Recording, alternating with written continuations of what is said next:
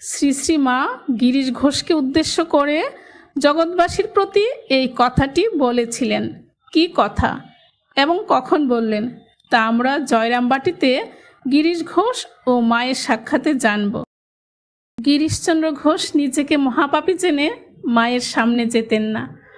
আপন পুত্রের টানে একদিন মায়ের শ্রীচরণ দর্শন হলো তার। পুত্রটির অকাল মৃত্যুর পর তিনি জয়রামবাটিতে গেছেন। স্নান করে সিক্ত বসনে মায়ের চরণে প্রণাম করে মুখ তুলে তাকে দেখে বলে উঠলেন, মা তুমি?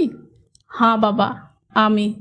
যৌবনকালে বিষচিকা রোগে যখন গিরিশ মরণাপন্ন, তখন হঠাৎ স্বপ্ন দেখেন লাল পাড় শাড়ি পরে জ্যোতির্ময়ী মাতৃমূর্তি পরম স্নেহে তার মুখে মহাপ্রসাদ দিচ্ছেন। স্বপ্ন ভেঙে যাওয়ার পরেও তার চোখে মায়ের মুখখানি ভাসছে, মুখে সেই প্রসাদের দিব্য আস্বাদ।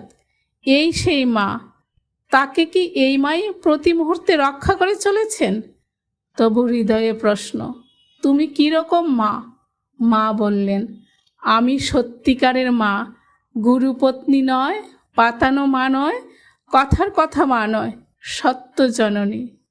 জয় মা।